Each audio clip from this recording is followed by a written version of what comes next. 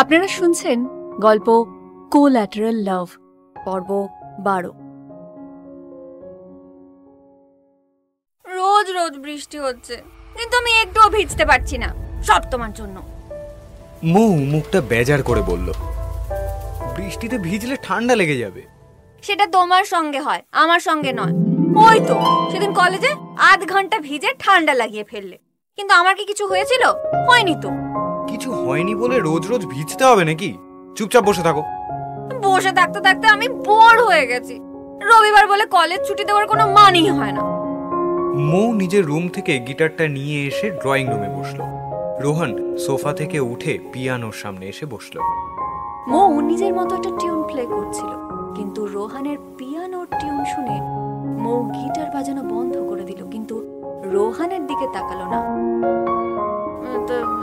তুমি বসো, আমি রুমে যাচ্ছি। মৌ উঠে চলে যেতে গিয়ে রোহনের দিকে তাকালো। রোহন মৌয়ের দিকে তাকিয়ে হাসলো, কিন্তু মৌ রোহনের থেকে চোখ সরিয়ে নিজের রুমে চলে গেল। ছিল তো কাকতারুয়া, সেখান থেকে রোমান্টিক কিং হয়ে গেল কি করে বুঝি না বাবা। আমিও কি সব ভাবছি। এসব বাদ দিয়ে ঘুমাই, আমার ঘুম পাচ্ছে। মৌ ধড়াম করে বিছানায় শুয়ে পড়ল। বিকেলে ঘুম ভাঙলো রোহানের ডাকে। মৌ আর মোড়া ভাঙতে ভাঙতে উঠে বসলো, আর রোহান কফির কাপ এনে মৌয়ের হাতে দিল। মানুষ কত ঘুমোতে পারে সেটা তোমাকে দেখলে বোঝা যায়। আরে আরে সপ্তাহে একটা দিনই তো ঘুমোই, সেটা তো কমেন্ট করবে নাকি? তখন পালিয়ে এলে কেন? পালিয়ে কই না তো, বলে তো এলাম ঘুমাবো। আচ্ছা, তো তোতলাচ্ছ কেন? আমি মোটেও তোতলাচ্ছি না, যত সব ফালতু কথা। মৌ বিছানা থেকে নামতে গেলে রোহন হাত ধরে টেনে বসিয়ে দিল। এই, তোমার পড়াশোনা নেই? সামনে তো পরীক্ষা, যাও না পড়তে বসো। সারাদিন শুধু এসব ভুলভাল কথা মাথায় ঘোরে। ঠিক আছে, তাড়িয়ে দিচ্ছ যখন যাচ্ছি, কিন্তু এরপর যখন নিকির সঙ্গে দেখবে রাগ করবে না বলে দিচ্ছি। মৌ যেতে গিয়ে ফিরে এসে রোহানের কোলের উপর বসে রোহানের শার্টের কলার চেপে ধরল।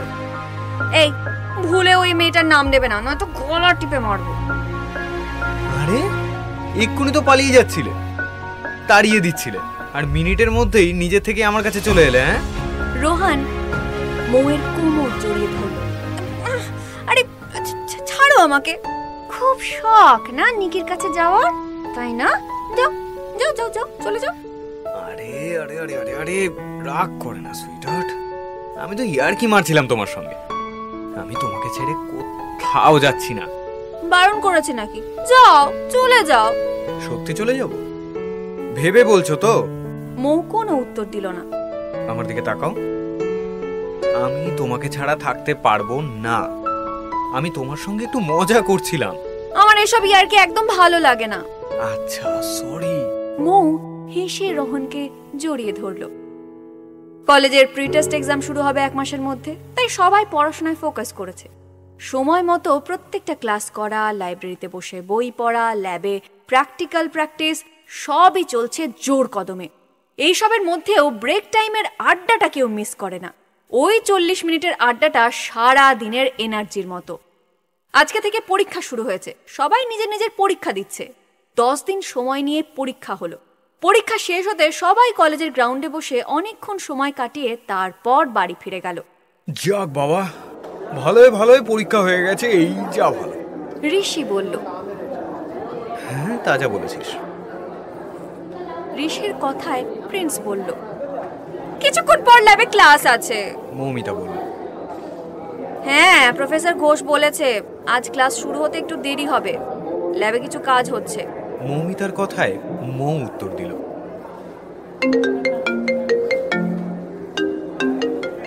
এই ঋষি, তোমার ফোন বাজছে। ঋষি ফোনে কথা বলতে বলতে ক্লাসের ভিতর চলে গেল। নিশ্চয়ই ঋতু কল করেছে, কলেজে আছে তবু ফোন করছে। এদের তো দারুণ প্রেম চলছে। তুইও একটা ছেলে খুঁজে নে, দেখবি তুইও প্রেম করার সুযোগ পাবি। রাহুল কিন্তু ভালো ছেলে, প্রিন্স বলল। কোনো দরকার নেই, তোমাদের সঙ্গে কথা বলাই বেকার, আমি যাচ্ছি, ক্লাস শুরু হলে ডাকবে। আরে আরে মৌ, শোন তো। যা, চলে গেল। ক্লাস শুরু হতে তো দেরি আছে মৌ, চলো নিচ থেকে একবার ঘুরে আসি। মৌ প্রিন্সের সঙ্গে 5 তলা থেকে নেমে 3 তলায় চলে এলো। রোহানের ক্লাসের দিকে তাকিয়ে দেখলো প্রফেসর আছে ক্লাসে, ক্লাস হচ্ছে তাদের। চলো, রোহানদের তো ক্লাস হচ্ছে। চলো। মৌ আর প্রিন্স রোহানকে দেখতে না পেলেও স্নেহাকে দেখতে পেল, আর স্নেহাও ওদের দুজনকে দেখল। প্রিন্স স্নেহা একে অপরের দিকে তাকিয়ে আছে, মৌ শুধু দুজনকে দেখছে। চলো, যাবে না? চলো। মৌ প্রিন্সের সঙ্গে কলেজের গ্রাউন্ডে চলে এলো। আচ্ছা প্রিন্স, আমার সম্পর্কে তো তুমি প্রায় সবই জানো, কিন্তু তোমার সম্পর্কে আমি কিছুই জানি না। এর কারণ কি? কি জানতে চাও তুমি? বলো, আমি সব বলছি। তুমি বলো, কি কি বলার মতো আছে। আমি ইন্দ্রাশিস মিত্র, বাবা মায়ের একমাত্র সন্তান। বাবা ডক্টর আর মা হাউসওয়াইফ। আমি তোমার বায়োডাটা জানতে চাইনি, তোমার সম্পর্কে জানতে চেয়েছি। আমি ঠিক বুঝতে পারছি না। তোমার সঙ্গে স্নেহার সম্পর্ক ছিল, তাই না? তুমি কি করে জানো? রোহন বলেছে। আমি আন্দাজ করেছি, কিন্তু রোহান মানে আমি ঠিক বুঝলাম না। হ্যাঁ, স্নেহা আমার গার্লফ্রেন্ড ছিল, আর এই কথাটা আমি রোহনকে জানিয়েছি, ও জানে। তুমি আমার বন্ধু, কিন্তু আমাকে বলনি, এদিকে রোহানকে বলে দিয়েছো। না বলিনি, মানে ও নিজে থেকেই বুঝে গেছে। কিন্তু তুমি আমাকে বলো যে রিলেশনটা ভাঙলো কি করে? দেখতেই তো পাচ্ছ স্নেহার এরকম চিন্তা ভাবনা, রুড বিহেভিয়ার, আর সবচেয়ে বড় কথা ও কিছুতেই ভালোবাসাটা বোঝে না।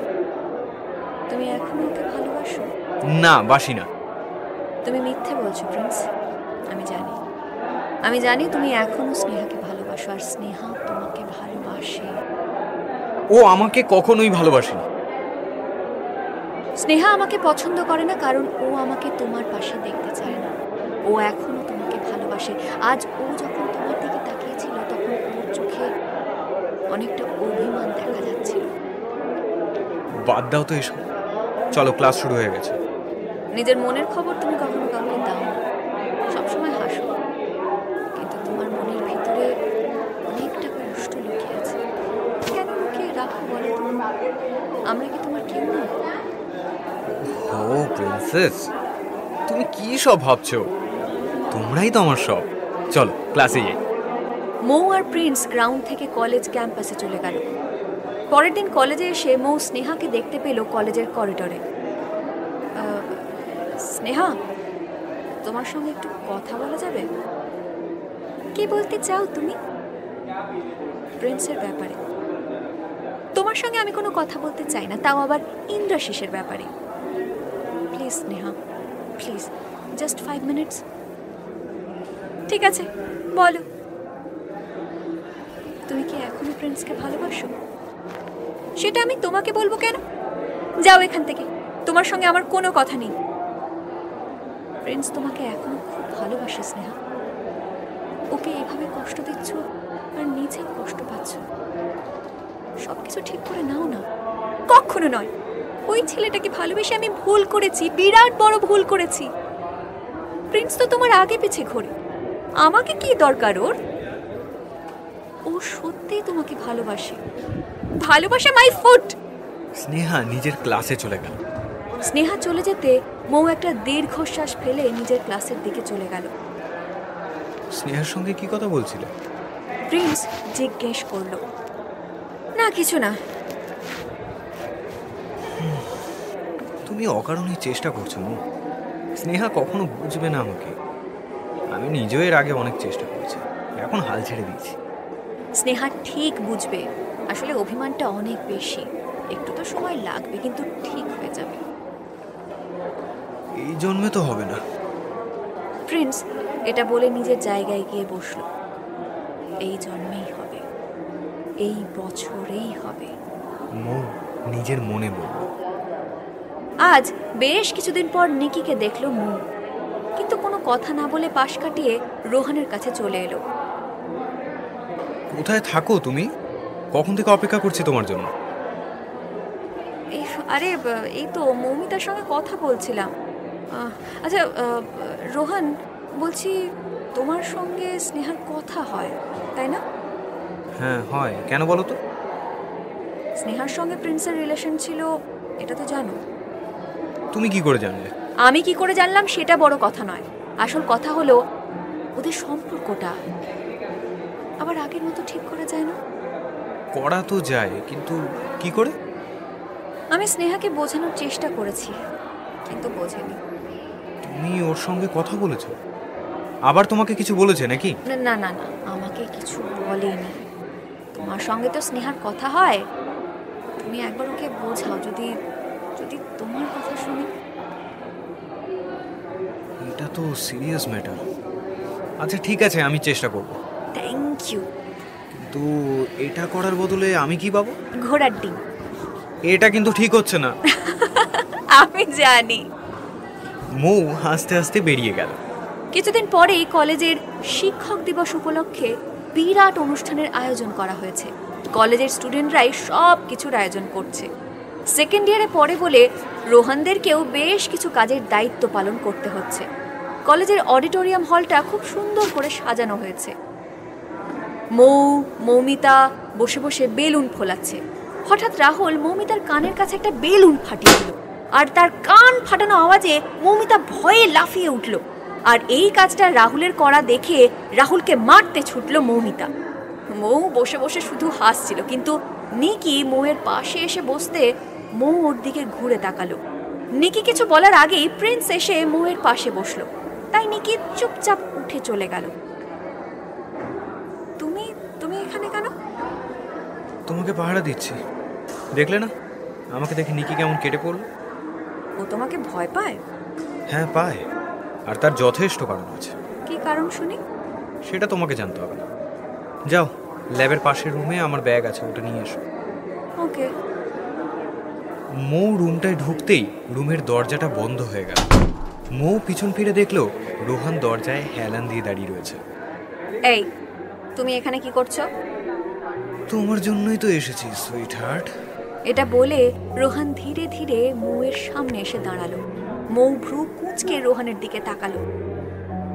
রোহান মৌয়ের কোমর জড়িয়ে ধরতে মৌ বুঝতে পারলো রোহান এখানে কেন এসেছে। আরে রোহান, এটা কলেজ, ছাড়ো আমাকে। আর আর আমি এখানে প্রিন্সের ব্যাগটা নিতে এসেছি। সরে যাও, যেতে দাও আমাকে। এখানে তো কোনো ব্যাগ নেই। প্রিন্সকে আমিই বলেছিলাম তোমাকে এখানে পাঠাতে। ও, দুজনে মিলে ট্র্যাপে ফেলে এখানে আনিয়েছো? এসব একদম ঠিক নয়। ছাড়ো ছাড়ো না রোহান। ছেড়ে দেবো, তবে একটা শর্তে। কি? রোহান ইশারায় বলল কিস করতে। মৌ চোখ গরম করে তাকালো। ওকে, দেবে না যখন, তখন আমার সঙ্গে এই রুমে বসে থাকো। যেতে দাও না প্লিজ প্লিজ। একদম নয়। মৌ রোহানের গালে হাত রাখতে রোহান ভাবলো মৌ ওকে কিস করছে, কিন্তু মৌ সেরকম কিছুই করলো না। রোহানের হাতের বাঁধন আলগা হতে হাতের মাঝখান থেকে বেরিয়ে দৌড়ে চলে গেল। এটা কিন্তু চিটিং। বেশ হয়েছে, মৌ দূর থেকে চিৎকার করে বলল। আজ শিক্ষক দিবস। বিকেল থেকে অনুষ্ঠান শুরু হবে, কিন্তু সব স্টুডেন্টরা কলেজের টাইমেই কলেজে এসেছে। বিভিন্ন কাজ দেখাশোনা করছে। সবাই কলেজের ইউনিফর্ম পরেই আছে। কলেজ থেকে নর্মাল ড্রেস পরার অনুমতি দেওয়া হয়নি বলে কলেজের অডিটোরিয়ামটা খুব সুন্দর লাগছে, আলোয় ঝলমল করছে। সবাই নিজের নিজের কাজে ব্যস্ত। মৌমিতা আর ঋতুর সঙ্গে বসে আছে। ছেলেরা সবাই কাজে ব্যস্ত। রোহান মাঝে মাঝে এসে মৌকে দেখে যাচ্ছে, কিন্তু বেশ কিছুক্ষণ হলো রোহানরা কেউ এদিকে আসেনি। মৌ দুবার ফোন করলো, কিন্তু কেউ ফোনটা ধরেনি। প্রিন্স, রোহান, এমনকি ঋষিও ফোন ধরছে না। মিনিট 20 পর একটা মেয়ে এসে মৌকে ডাকলো আর বলল রোহান ডেকে পাঠিয়েছে। মৌমিতাদের মাঝখান থেকে উঠে মেয়েটার সঙ্গে চলে এলো। 5 তলার একটা রুমের সামনে এসে মেয়েটা দাঁড়িয়ে পড়লো। মেয়েটা মৌকে বলল ভিতরে যেতে। মৌ ভিতরে আসতেই পিছন থেকে দরজাটা বন্ধ করে দিল। রোহান, আবার সেই এক গতদিন পালিয়ে গেলাম, মনে নেই? তুমি তুমি হ্যাঁ, আমি তোমাকে এখানে ডেকেছি, রোহান নয়। কিন্তু কিন্তু মেয়েটা যে বললো রোহান ডেকেছে। রোহানের নাম না বলে আমার নাম বললে তুমি আসতে নাকি? রোহানের নাম শুনে তো এক ডাকেই চলে এসেছো। তোমার এসব আজে বাজে কথা বাদ দিয়ে বলো, কেন ডেকেছো? সবাই নিচে আছে, অনুষ্ঠান শুরু হয়ে গেছে হয়তো। আজ তুমি আর আমি কেউ অনুষ্ঠান দেখতে যাব না। কি দরকার সেটা তো বলো, আমার দেরি হচ্ছে। মৌ বিরক্ত হয়ে বলল, তুমি রোহানের সঙ্গে একই বাড়িতে থাকো, তাই না? তোমাকে বলেছি না রোহান তোমার সিনিয়র হয়, দাদা বলে ডাকবে। না, আমি রোহানকে কখনোই দাদা বলে ডাকবো না। আমি রোহানকে ভালোবাসি। নিকি চিৎকার করে বলল, কিন্তু রোহান তোমাকে ভালোবাসে না, রোহান আমাকে ভালোবাসে। মৌয়ের এই কথাটা আগুনের মধ্যে ঘি পড়ার মতো কাজ করলো। নিকি রেগে গিয়ে মৌয়ের হাতটা মুড়ে ধরলো। নিকি, নিকি, নিকি, তুমি কি করছো? হাতটা ছাড়ো। নিকি, নিকি, নিকি, হাতটা ছাড়ো, আমার লাগছে তো। লাগুক, তোমার হাতটা ভেঙে গেলেও আমার কিচ্ছু যায় আসে না, কিচ্ছু না। তুমি সব সময় রোহানের হাত ধরে ঘুরে বেড়াও, তাই না? তুমি জানো তখন আমার একরকম কষ্ট হয়। আমার কষ্ট হয়। আজ তুমি সেই কষ্টটা উপভোগ করো। নিকি দাঁতে দাঁত চেপে বলল। মৌ নিজের ডান হাত দিয়ে নিকির হাতটা ধরে টেনে নিজের সামনে এনে ঘুরিয়ে এক চড় মেরে দিল। তুমি অনেক বাড়াবাড়ি করছো, নিজের সীমা অতিক্রম করবে না, বুঝেছো? আমি তোমাকে কিছু বলি না মানে এই নয় যে আমি চুপ করে থাকবো সব সময়। মৌ রেগে গিয়ে বলল, তুমি আমাকে থাপ্পড় মারলে, তোমাকে তো আমি। নিকি মৌয়ের গলায় হাত রাখতে মৌ ওকে ধাক্কা মেরে সরিয়ে দিল। তুমি একটা পাগল, যাকে বলা সাইকো। মৌ বেরিয়ে চলে যেতে গেলে নিকি পিছন থেকে শার্টের কলার ধরে টেনে ফেলে দিল। মৌ ধরাম করে গিয়ে ধাক্কা খেলো একটা বেঞ্চে। মৌ উঠে দাঁড়াতেই নিকি মৌকে নিজের দিকে ঘুরিয়ে টাইটা টেনে ধরলো।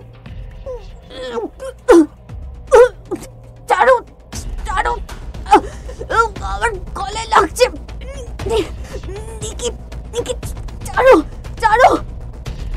মৌ গলার টাইটা যত ঢিলা করতে চাইছে নিকি তত টেনে ধরছে। এতে টাইয়ের ফাঁসটা আরো টাইট হয়ে মৌয়ের গলায় বসে যাচ্ছে। তুমি সব সময় রোহানের সঙ্গে থাকো, ওর কাছে থাকো, কিন্তু আমি আমার রোহানের সঙ্গে কাউকে দেখতে চাই না, কাউকে নয়। রোহান যখন তোমার কাছে থাকে, তোমাকে দেখে আসে, তোমার সঙ্গে ইশারায় কথা বলে, তখন আমার মাথায় রক্ত উঠে যায়। রক্ত তোমাকে মেরে ফেলতে ইচ্ছে করে।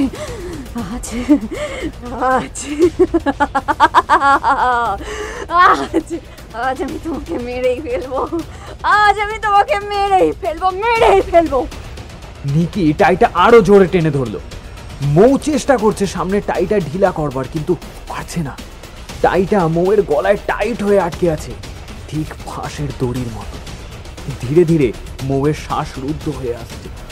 মৌয়ের চোখ থেকে জল গড়িয়ে পড়ল, আর হাতটাও ধীরে ধীরে গলা থেকে সরে সাইডে পড়ে যায়। মৌ ধীরে ধীরে নিস্তেজ হয়ে যাচ্ছে। এটা দেখার সত্ত্বেও নিকি এখনো মৌকে ছাড়েনি, যেন উন্মাদ হয়ে গেছে, বুঝতে পারছে না ও ঠিক কি করছে। হঠাৎ ধড়াম করে দরজা খোলার আওয়াজ হলো, কিন্তু নিকির তাতেও কিছু যায় আসে না। নিকি! রোহান চিৎকার করে ডাকলো, সেটাও নিকির কান অবধি পৌঁছালো না। রোহান দৌড়ে এসে ধাক্কা মেরে নিকিকে সরিয়ে দিল বউয়ের সামনে থেকে। বউয়ের মাথাটা রোহানের কাঁধে ঢলে পড়ল। মৌ! মৌ! মৌ! মৌ! রোহান বউয়ের গলা থেকে টাইটা টেনে খুলে ফেলল। গড! রোহান, সময় নষ্ট করো না, হসপিটালে নিয়ে যেতে হবে, চলো। প্রিন্স বলে উঠল। তুই এটা কি করছিলি নিকি? তুই কি পাগল হয়ে গেছিস? স্নেহা চিৎকার করে উঠল। প্রিন্স বলল, তোমাকে আমি জেলে পাঠাবো, শুধু অপেক্ষা করো। যা করেছি বেশ করেছি। এই মেয়েটার মরে যাওয়াই ভালো। মৌমিতা রেগে গিয়ে এক থাপ্পড় মেরে দিল নিকির গালে। এই এই তুমি তুমি কোন সাহসে আমাকে মারলে? একদম চেঁচাবে না, বুঝেছো? বেশ করেছে ও তোমাকে মেরেছে। রোহন, রোহন চলো, আমাদের হাতে আর বেশি সময় নেই, চলো। ঋষি বলল। রোহন মৌকে কোলে তুলে নিয়ে বেরিয়ে চলে গেল, আর তার সঙ্গে মৌমিতা, ঋতু আর রাহুলও দৌড়ে চলে গেল। তুমি অপেক্ষা করো, তোমাকে আমি ছাড়বো না। প্লিজ প্লিজ ওকে কিছু করো না, আমি রিকোয়েস্ট করছি, ওর ভুল হয়ে গেছে। তুমি ওকে বাঁচাতে চাইছো? হ্যাঁ, তুমি ওকে বাঁচাতে চাইছো? তোমার থেকে আর কি বা আশা করা যায়, ঠিকই তো। ডিসগাস্টিং। এটা বলে প্রিন্স বেরিয়ে গেল। প্রিন্স দৌড়ে নিচে গিয়ে দেখলো রোহানের গাড়ি বেরিয়ে চলে গেল। প্রিন্স রোহানকে কল করলো। হ্যাঁ হ্যাঁ, বলো প্রিন্স। আমার বাবার নার্সিং হোমে চলো রোহন, আমি বাবাকে ফোন করে দিচ্ছি, তাড়াতাড়ি ট্রিটমেন্ট শুরু করে দেব। ঠিক আছে। রোহান মৌকে শক্ত করে জড়িয়ে ধরে রেখেছে।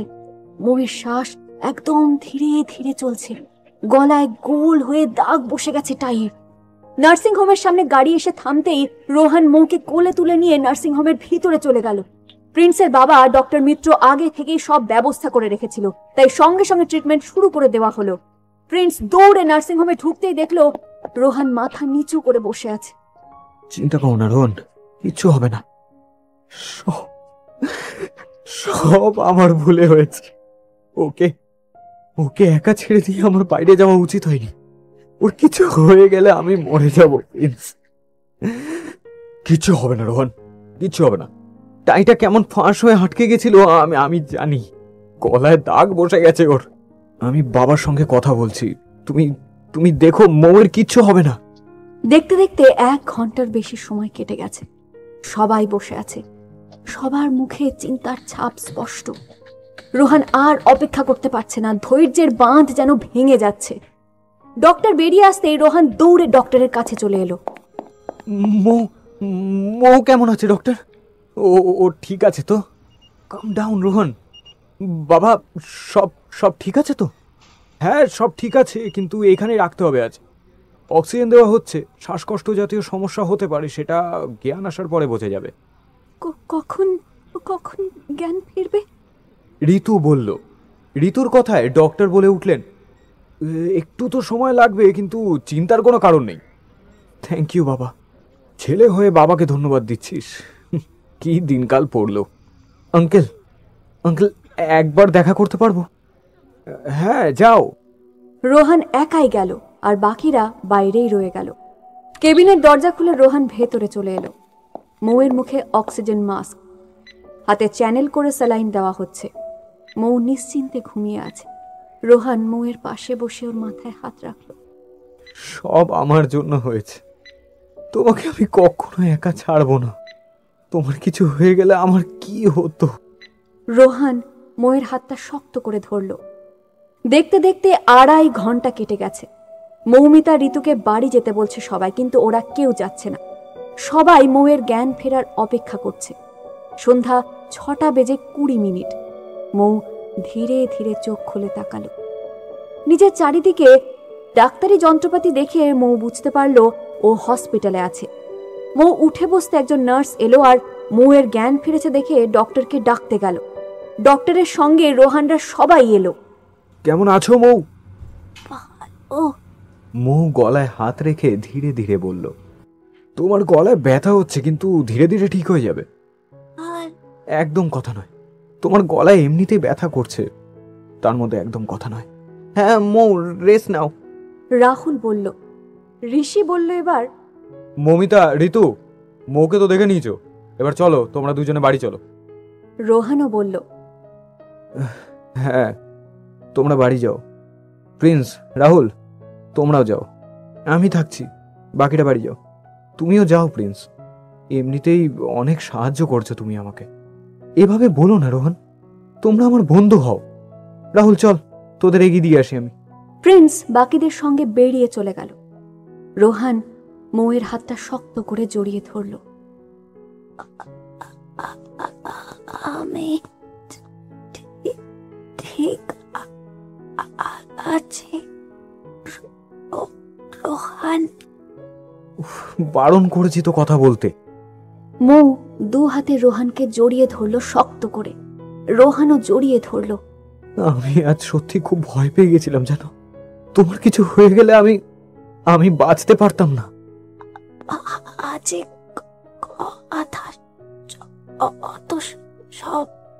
আজকে রাতে মৌকে এখানেই থাকতে হবে, কাল সকালে ডিসচার্জ করে দেওয়া হবে। রাতে রোহান আর প্রিন্স দুজনেই হসপিটালে রয়ে গেছে। মৌ ঘুমিয়ে পড়েছে কিছুক্ষণ আগেই। গলার ব্যথার চোটে মৌ খাবারও খেতে পারছে না, গলায় লাগছে, গিলতে কষ্ট হচ্ছে। তাও অল্প করে খাইয়ে ঘুম পাড়ানো হয়েছে। রোহান মৌয়ের পাশে বসে মৌয়ের দিকে তাকিয়ে আছে। মৌয়ের গলার দাগটা স্পষ্টভাবে ফুটে উঠেছে। বসে থাকতে থাকতে রোহানও একসময় ঘুমিয়ে পড়ল। সকাল 10টার সময় মৌকে ডিসচার্জ করে দেওয়া হলো। রোহান মৌকে নিয়ে বাড়ি চলে এলো, আর প্রিন্স নিজের বাড়ি চলে গেল। মৌ ফ্রেশ হওয়ার পর রোহান মৌয়ের কাছে এসে বসল। তুমি কেন এসেছো এখন? যাও, রেস্ট নাও রোহান। কাল থেকে দৌড়াদৌড়ি করছো আমার জন্য। তোমাকে বলেছি না কথা কম বলবে, আর আমার রেস্টের প্রয়োজন নেই। প্রয়োজন আছে, যাও রোহান, যাও। একদম নয়, তোমাকে ছেড়ে আমি কোথাও যাব না। আমরা এখন বাড়িতে আছি, আর কোনো দরকার হলে আমি ডাকবো। তুমি এখন যাও। থাকতে দাও না তোমার কাছে, আমার সত্যি ভয় করে। আমি তোমাকে ছাড়া থাকতে পারবো না। তুমি খামোখা চিন্তা করছো আমাকে নিয়ে।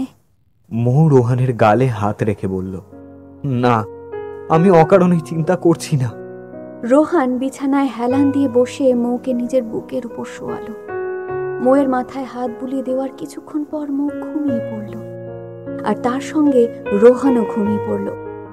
কাল সারাদিনের দৌড়ঝাঁপের পর নিশ্চিন্তে ঘুমিয়ে পড়েছে রোহান। তার মধ্যে যাকে হারানোর ভয়ও পাচ্ছে, সে ওর দু হাতের মাঝখানে নিশ্চিন্তে ঘুমিয়ে আছে, যেটা রোহানকে আরো বেশি শান্তি দিচ্ছে। রোহানের ঘুম ভাঙলো তখন দুপুর গড়িয়ে বিকেল হয়ে আসছে। ঘড়িতে 3টে বেজে গেছে দেখে রোহানের চোখে যেটুকু ঘুম ছিল সেটা উড়ে গেল। কিন্তু উঠে বসতে গিয়ে খেয়াল করলো মৌ রোহানকে জড়িয়ে ধরে ঘুমিয়ে আছে। মৌকে বালিশে শুইয়ে দিয়ে রোহান উঠে চলে গেল। ফিরে এলো মৌয়ের জন্য খাবার নিয়ে। মৌকে তরল জাতীয় খাবার খেতে বলেছে, যাতে খেতে অসুবিধা না হয়, কিন্তু তাও মৌ খেতে চাইছে না। রোহান প্রায় জোর করেই কিছুটা খাবার খাওয়ালো। মৌকে খাইয়ে দিয়ে রোহান নিজে লাঞ্চ করে এলো নিচে থেকে। সন্ধ্যার সময় সবাই এলো মৌকে দেখতে। মৌয়ের রুমে আসতেই দেখলো মৌ রোহানের গায়ে হেলান দিয়ে বসে আছে, আর রোহানও মৌকে জড়িয়ে ধরে আছে। সবাইকে দেখে মৌ লাফিয়ে উঠে বসলো। আরে আরে, ঠিক আছে ঠিক আছে, এত ফর্মালিটি করতে হবে না, আমরা তো সবই জানি। মৌমিতা বলল, আমরা বসে বসে গল্প করছিলাম। থাক, এত ডিটেলে জানতে চাই না। তুমি বলো এখন কেমন আছো? প্রিন্স জিজ্ঞেস করলো। ভালোই আছে, এত ভালোবাসা পেলে মরাও বেঁচে ওঠে। প্রিন্সের কথা শুনে ঋষি উত্তর দিল, যত সব বাজে কথা, ওদের কথা বাদ দাও তো। তুমি বলো, শরীর কেমন আছে? ঋতু প্রশ্ন করলো মৌকে। আগে থেকে বেটার। তোমরা বসো, আমি আসছি। না না, বস ভাই, তুই আবার কোথায় যাবি? রাহুল বলল। তোমরা সবাই বসো, রোহন আমার সঙ্গে এসো তো। প্রিন্স বলল। সবাই মৌয়ের সঙ্গে কথা বলছে, আর প্রিন্স রোহানের সঙ্গে রোহানের রুমে চলে এলো। নিকির কি করবে কিছু ভাবলে? হ্যাঁ, ওর ব্যবস্থা তো করতেই হবে। ও কাল যেটা করেছে তার কোনো ক্ষমা হয় না। তোমার থেকে এটাই আশা করেছিলাম। পুলিশে ডায়েরি করে দিচ্ছি আমি, তুমি চিন্তা করো না। যা করতে হয় করব, কিন্তু ওকে শাস্তি পেতেই হবে। মৌকে এসব জানানোর দরকার নেই এখন, বুঝলে? সেই ভালো। বাই দ্য ওয়ে, ভালোই প্রেম করছো তুমি। প্রিন্স বলল। প্রিন্স, তুমিও? আর কি মারছি, চলো। সবাই মিলে মৌয়ের সঙ্গে কথা বলে বেশ কিছুক্ষণ গল্প আড্ডার পর বাড়ি ফিরে গেল। সবাইকে বিদায় জানিয়ে রোহান মৌয়ের রুমে এসে দেখলো মৌ মিররের সামনে বসে আছে। কি দেখছো? রোহান পিছন থেকে মৌকে জড়িয়ে ধরে বলল, এই দাগটা কত স্পষ্ট ফুটে উঠেছে। মৌ নিজের গলায় হাত দিয়ে বলল, আস্তে আস্তে মুছে যাবে। যতদিন দাগটা থাকবে হাইনেক গলার জামা পরতে হবে, নয়তো দেখা যাবে। রোহান কোনো উত্তর না দিয়ে মৌয়ের মুখের দিকে তাকিয়ে রইল। কি দেখছো এভাবে? দেখছি, মেয়েদের সত্যি মাথাটা একটু খারাপ হয়। গলার ব্যথায় খেতে পারছো না সেই দিকে ধ্যান নেই, কিন্তু দাগটা কবে মুছবে সেই জন্য চিন্তা হচ্ছে। এটা খুব স্বাভাবিক। তুমি ধন্য মা আমার। রোহান হাত জোর করে বলল, আমি জানি। মৌ রোহানের মাথায় হাত রেখে বলল। রোহান মৌকে কোলে তুলে ছাদে চলে এলো। মৌ রোহানের কাঁধে মাথা রেখে আকাশের দিকে তাকিয়ে বসে রইল। রোহান, আমার জন্য নিজের ক্লাস মিস করো না। কাল থেকে কলেজ যাওয়া শুরু করো। পাগল নাকি? তোমাকে একা রেখে আমি কলেজে যাব? কখনোই না। আমি কলেজ যেতে পারবো না এখন, তাই বাড়িতে থাকছি। কিন্তু তুমি তো যেতেই পারো। না, আমি যাব না। তুমি কেন বুঝতে পারছো না? আমি তোমাকে একা ছাড়তে চাইছি না। একটা সামান্য ঘটনার জন্য এত ভয় পাওয়ার কোনো মানেই হয় না। সামান্য? কোনটাকে সামান্য বলছো তুমি? আর একটু দেরি হলে কাল কি হতো জানো? কেন? ওইখানে চলে যেতাম। মৌ আকাশের দিকে দেখিয়ে বলল, বাজে কথা একদম বলবে না। তোমার কিছু হয়ে গেলে আমার কি হবে? হ্যাঁ, আর কোনোদিন যদি এসব বলেছো, আমার থেকে খারাপ কেউ হবে না কিন্তু মৌ। রোহান রেগে গিয়ে বলল, আরে আরে আরে শান্ত হও। কত তাড়াতাড়ি রেগে যাও তুমি। আমি তোমার ঘাড় থেকে এত তাড়াতাড়ি নামছি না। এই মৌ সেনকে সহ্য করতে হবে সারা জীবন। রোহান মৌয়ের কথা শুনে হেসে ফেলল। মৌ আলতো করে রোহানের গালে ঠোঁট ছোঁয়ালো। রোহান মৌয়ের দুই গালে হাত রেখে মৌয়ের ঠোঁটে ঠোঁট ছোঁয়ালো। তখনই নিচ থেকে কাকার আওয়াজ পাওয়া গেল। রোহান মৌকে বসতে বলে নিচে নেমে গেল। কাকার পাশে স্নেহাকে দাঁড়িয়ে থাকতে দেখে রোহান একটু অবাক হলো। তুমি এখন? মৌয়ের সঙ্গে একবার দেখা করতে দেবে রোহান? কি দরকার? মৌয়ের সঙ্গে আমার কথা আছে, বেশিক্ষণ লাগবে না। মৌ এখন কথা বলতে পারবে না। ডক্টর ওকে কম কথা বলতে বলেছে। ওর গলা এখনো ঠিক হয়নি। Please Rohan, 5 minute. আমার বোনটাকে পুলিশের হাত থেকে বাঁচাতে হবে। না, তোমার বোনকে মৌ বাঁচাবে না। এত আওয়াজ শুনে মৌ ধীরে ধীরে ছাদ থেকে নেমে এলো। স্নেহা, তুমি? তোমার সঙ্গে 2 মিনিট কথা বলবো মৌ, প্লিজ। আমি বলেছি তো এখন কোনো কথা নয়।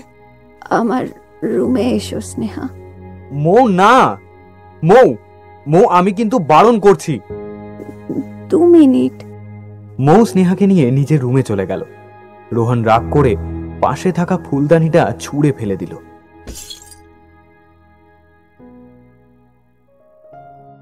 গল্পের পরবর্তী অংশ শোনার জন্য শুনতে থাকুন গল্প কোল্যাটারাল লাভ।